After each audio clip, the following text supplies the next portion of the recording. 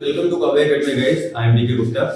आज मैं class 11 physics का एक बहुत ही इंपॉर्टेंट टॉपिक लेने जा रहा हूँ। चैप्टर का नाम है यूनिट्स एंड मेजरमेंट। टॉपिक है rules for rounding off the numbers, right. Rules of rounding off number बच्चों, जहाँ पे भी न्यूमेरिकल कैलकुलेशंस होते हैं, चाहे वो फिजिक्स हो, केमिस्ट्री हो, जेई हो, नीट हो, राउंडिंग ऑफ हमें most of the time use करना पड़ता है। ओके, ऐसे कंडीशंस में राउंडिंग ऑफ के कुछ बेसिक रूल्स हैं, अगर हम वो जानते हैं तो easily we can apply. Otherwise कभी कभी आते हुए क्वेश्चंस में राउंडिंग ऑफ हमें ठीक से ना पता होने की वजह से नेगेटिव मार्क्स हमें जेईई वगैरह में देखने को मिलता है। तो आइए चलिए देखते हैं कि राउंडिंग ऑफ के क्या रूल्स हैं और उसको इजी तरीके से हम लोग कैसे समझ पाएंगे। जब भी हम राउंडिंग ऑफ के रूल्स के बारे में बात करते हैं दोस्तों, तो हमें तीन कैटेगरी देखने को मिलता है। पहला कैटेगरी है रूल 1। जरा रूल 1 को फोकस करते हैं।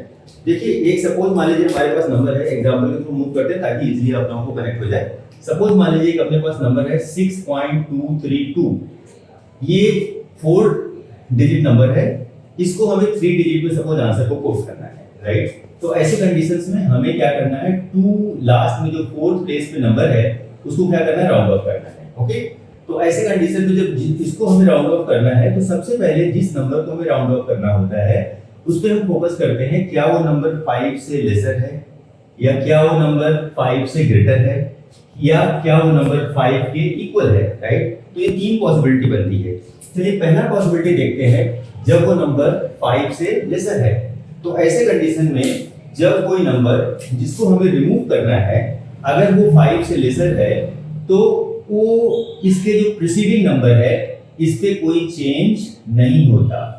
तो यहाँ पे there will be no change, there will be no change, यानी ये जो प्रीसीडिंग नंबर है वो एज इट इज रहेगा। इसका मतलब आंसर विल बी व्हाट, 6.23। ऐसा क्यों किया हमने, because 2 is lesser as compare to 5।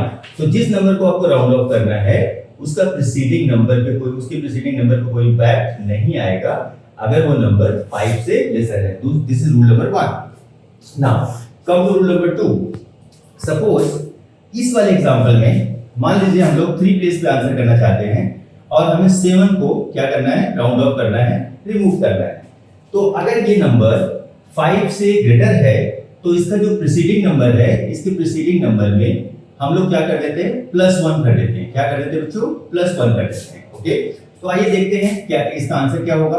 What about the answer, answer will be 6.24। Okay, ऐसा क्यों किया, because 7 is greater as compare to 5। तो जब जिस नंबर को हमें रिमूव करना है, अगर वो 5 से ग्रेटर है तो उसका जो प्रीसीडिंग नंबर है उसमें हम लोग क्या कर देंगे, +1 कर देंगे। क्लियर है। चलिए रूल नंबर 3 पे जरा फोकस करते हैं। जब नंबर 2 से लेसर था कोई चेंज नहीं था प्रीसीडिंग नंबर में। जब नंबर 5 से ग्रेटर था तो प्रीसीडिंग नंबर में +1 हो जाता था। अब जरा थर्ड केस देखते हैं जो थोड़ा सा हल्का सा ट्रिकी है। क्या करेंगे, अगर ये नंबर 5 हो जाए तो क्या करेंगे। ऐसे कंडीशन में जब ये नंबर जिसको हमें रिमूव करना है, अगर ये 5 हो जाए तो इसकी 2 पॉसिबिलिटी बनती है बच्चों। अगर ये 5 हो जाए तो इसकी कितनी पॉसिबिलिटी बनती है, 2। सपोज मान लीजिए इसको हमें रिमूव करना है, किस नंबर को रिमूव करना है, 5 को रिमूव करना है। ओके, यानी हमें आंसर कितने प्लेस पे कोट करना है, 3 प्लेसेस पे कोट करना है। तो हम क्या करते हैं, सबसे पहले देखते हैं कि 5 के बाद कोई नंबर है क्या, नॉन जीरो नंबर। अगर 5 के बाद कोई नॉन जीरो नंबर है तो एक पॉसिबिलिटी ये बनता है, और अगर 5 के बाद कोई जीरो लगा हुआ है तो दूसरी पॉसिबिलिटी ये बनता है। मतलब अगर जिस नंबर को हमें रिमूव करना है उसके बाद नॉन जीरो नंबर है या जीरो है। अगर सपोज 5 को हमें रिमूव करना है और उसके बाद कोई नॉन जीरो नंबर लगा हुआ है, तो ऐसे कंडीशन में स्ट्रेट अवे इसके प्रीसीडिंग नंबर में हम लोग क्या कर देंगे, +1 कर देंगे। और ऐसे कंडीशन में इसका आंसर जब हम कोट करेंगे तो दिस विल बी 6.2 क्या हो जाएगा बच्चों, 4। क्यों, बिकॉज 5 से पहले बाद में, 5 के बाद में क्या है, कोई नॉन जीरो नंबर लगा हुआ है, तो उसके प्रीसीडिंग नंबर में हम लोग +1 कर देंगे। क्लियर है। अब अगर मान लीजिए 5 के बाद 0 हो तो क्या करेंगे। ऐसे कंडीशन में इसकी भी 2 पॉसिबिलिटी बनती है। एक पॉसिबिलिटी बनता है कि इस नंबर को हमें सपोज रिमूव करना है और लास्ट में उसके उसके आगे जीरो लिखा हुआ है, तो ऐसी कंडीशन में हम देखते हैं इस नंबर को जो रिमूव करना है, जिसको हमें लास्ट में जीरो है, तो ऐसे कंडीशन में देखते हैं उससे पहले क्या है। उससे पहले अगर ऑड नंबर है या इवन नंबर है। अगर उससे पहले कोई ऑड नंबर है, सपोज यहाँ 1 है विच इज ऑड, राइट, और यहाँ पे क्या है बच्चों, यहाँ पे 4 है विच इज इवन, ओके। तो अगर सपोज 5 के बाद 0 है और उससे पहले कोई ऑड नंबर आए, तो हमेशा उसके प्रीसीडिंग नंबर में हम लोग क्या करते हैं, राउंडिंग ऑफ करते समय +1 कर देते हैं। तो इसका आंसर हम लोग क्या कोट करेंगे, इसका आंसर हम लोग कोट करेंगे 6.22। ऐसा क्यों, बिकॉज 5 के बाद 0 लगा हुआ है और उससे पहले ऑड नंबर है, तो हम लोग +1 कर देंगे। क्लियर।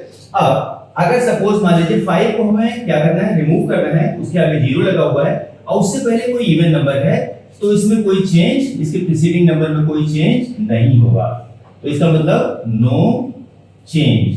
तो ऐसी कंडीशन में अगर मान लीजिए इसका हमें आंसर कोट करना है, इसका अगर हमें आंसर कोट करना है, तो व्हाट अबाउट द आंसर, इसका आंसर हो जाएगा बच्चों, इसका आंसर हो जाएगा 6.2450। इसको कैसे कोट करेंगे हम लोग, इसको कोट करेंगे 6.24, बिकॉज इसके जो प्रीसीडिंग नंबर है उसमें कोई चेंज नहीं होगा।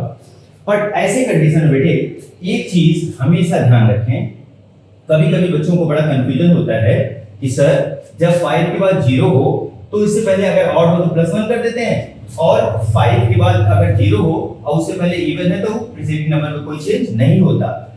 ऐसे कंडीशन में अगर मान लीजिए कि एक बच्चा ऐसे एक सपोज नंबर ऐसा है 6.2050, सपोज मान लीजिए ऐसा नंबर है, तो ऐसे कंडीशन में देखिए हमें 5 को रिमूव करना है, इसके बाद 0 लगा हुआ है, तो ऐसे कंडीशन में हम लोग क्या करेंगे, उससे पहले वाला डिजिट देखेंगे और उससे पहले वाला डिजिट क्या है, 0।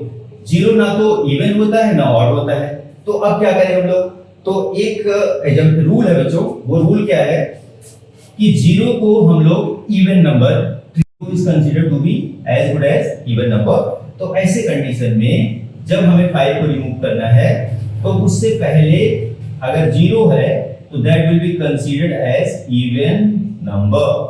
तो इसका मतलब इसके प्रीसीडिंग जो नंबर है उसमें कोई चेंज नहीं होगा, इसमें कोई चेंज नहीं होगा। What about the answer, answer will B 6.20। Hope कि आपको बहुत अच्छे से बच्चे सारे स्टेप्स मैंने समझाने की कोशिश किया है, जिस तरीके से अच्छे से समझ में आ गया होगा। अगर जनरली आपको समझ में आ गया तो प्लीज वीडियो को लाइक करना, अपने दोस्तों को शेयर करना, और इसके अलावा किसी पर्टिकुलर टॉपिक पे अगर आप नेक्स्ट वीडियो मेरा चाहते हैं तो कमेंट में लिखना, सो दैट कि मैं आप लोगों को उस टॉपिक से रिलेटेड वीडियो डाल पाऊँ। Thank you so much.